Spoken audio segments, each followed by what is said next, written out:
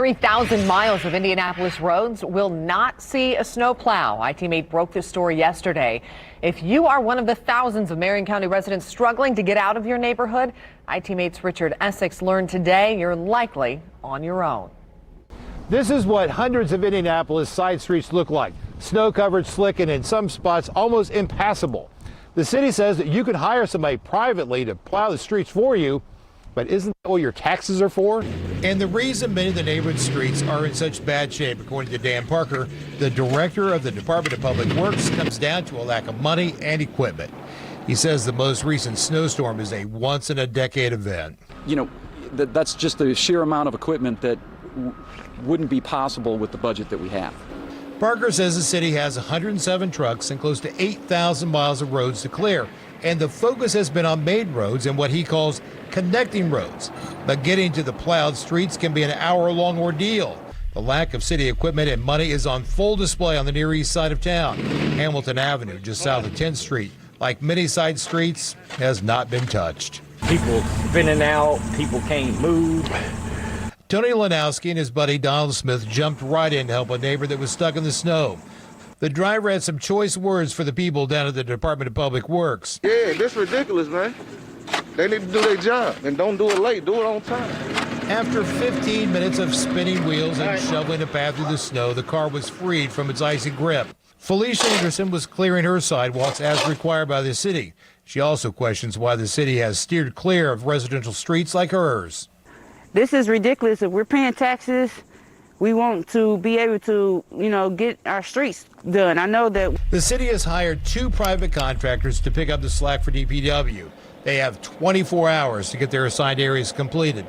This is the first big snow event of the season, and according to Parker, his department has already spent their overtime budget for the entire year. Well, the overtime budget for this year, I understand that this is an event that has significant snow. The overtime budget for the year has been exhausted. Back out on the east side, the streets are not getting any better with the sunlight, and there are still plenty of cars stuck in the snow.